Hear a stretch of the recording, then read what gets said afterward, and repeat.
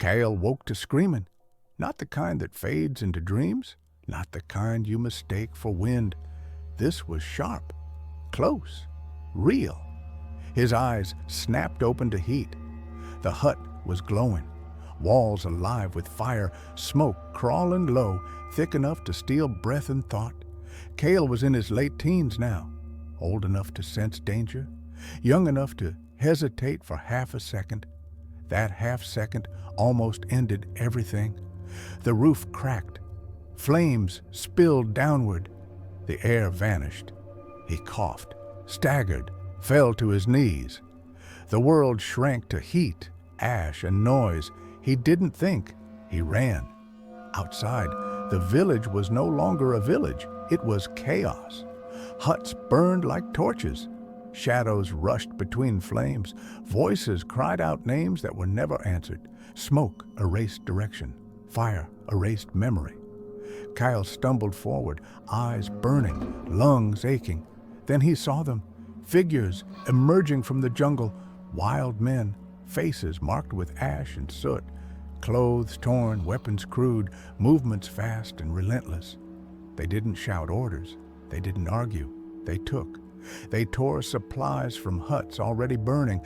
They drove people away with force and fear. They moved with purpose, not madness, hunger. Kael froze, not from fear, from understanding. This wasn't random. This wasn't chaos without reason. This was desperation with no rules left. Then it struck him. His family, his hut, behind him. He turned. The fire had grown. The doorway was sealed by flame. The roof sagged inward, sparks raining down. "Mother!" His voice vanished into the roar. He ran forward anyway. Heat struck him back. Pain flared across his arms. Smoke stole his breath. He tried to step inside. The fire refused. It pushed him away, final, unmoving. Kael fell into the dirt, gasping, fingers clawing at the ground as if it could give him air or time or mercy. None came. Around him villagers ran. Some carried children. Some supported the injured. Most carried nothing at all. Someone fell. No one stopped. Someone cried out. No one turned. This wasn't cruelty. It was survival stripped bare. Kael watched his home collapse inward. The place where hunger lived, the place where pain taught endurance, the place where love existed quietly, without softness, gone. The screams blurred into one sound, the fire into one glow, the world into one truth. Everything he had learned was no longer enough. Endurance alone would not save him tonight. The jungle pressed closer, the flames spread wider, and Kael understood. With terrible clarity, survival was about to demand more than silence. Far away, beyond stone walls and guarded gates, a decision would soon be made, one that would echo through fire and loss. But Kael did not know that yet. All he knew was this: the world had finally reached him, and it had changed everything. The crowd broke, not in one direction, not with reason. Some ran toward the castle, stone walls, guards, the promise of safety. Others fled toward the jungle, into darkness they did not understand. Fear does not choose wisely. Panic ruled everything. People collided. Warnings came too late. Families were torn apart in motion. Kael ran with them, not toward safety, not toward escape, just away from the fire. Then came the sound. Hooves! A horse burst through the smoke, wild and riderless, eyes wide, breath frantic. Someone shouted. Someone stumbled. Kael turned. Something struck him, sudden, blinding.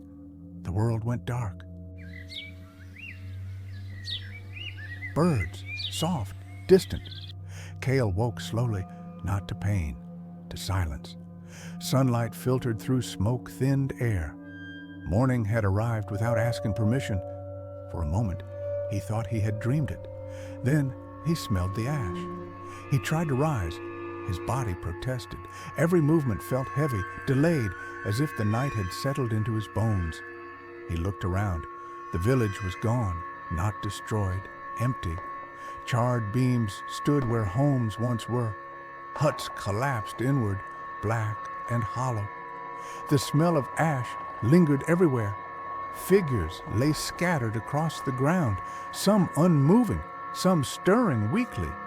Voices called names into ruins that did not answer. A man searched through debris with shaking hands. Others wandered slowly, stunned.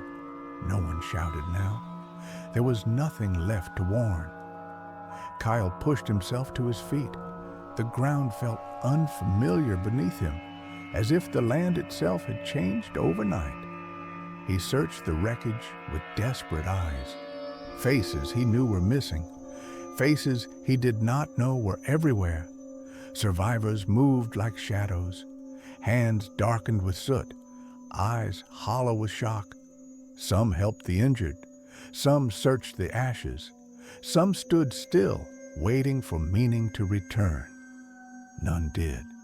The fire was gone, but what it left behind remained. Kael's breath caught. Memory pulled him backward. The sound of his mother's voice in the mornings, the quiet presence of his father at dusk, the way their hut smelled of earth and smoke and survival. He turned suddenly and ran, not away this time, toward what remained of his home. He crossed the ruined ground, stumbling over debris, ignoring the pain, ignoring the voices calling out around him. He reached the place where the hut had stood and stopped. There was nothing left, no doorway, no walls, no shelter, only ash. He dropped to his knees, ran his fingers through the gray remains as if they might remember something he had forgotten. They did not. No voices answered, no movement stirred, only silence. Kael stayed there longer than he realized. The world moved around him, but he did not. Then slowly, he lifted his head.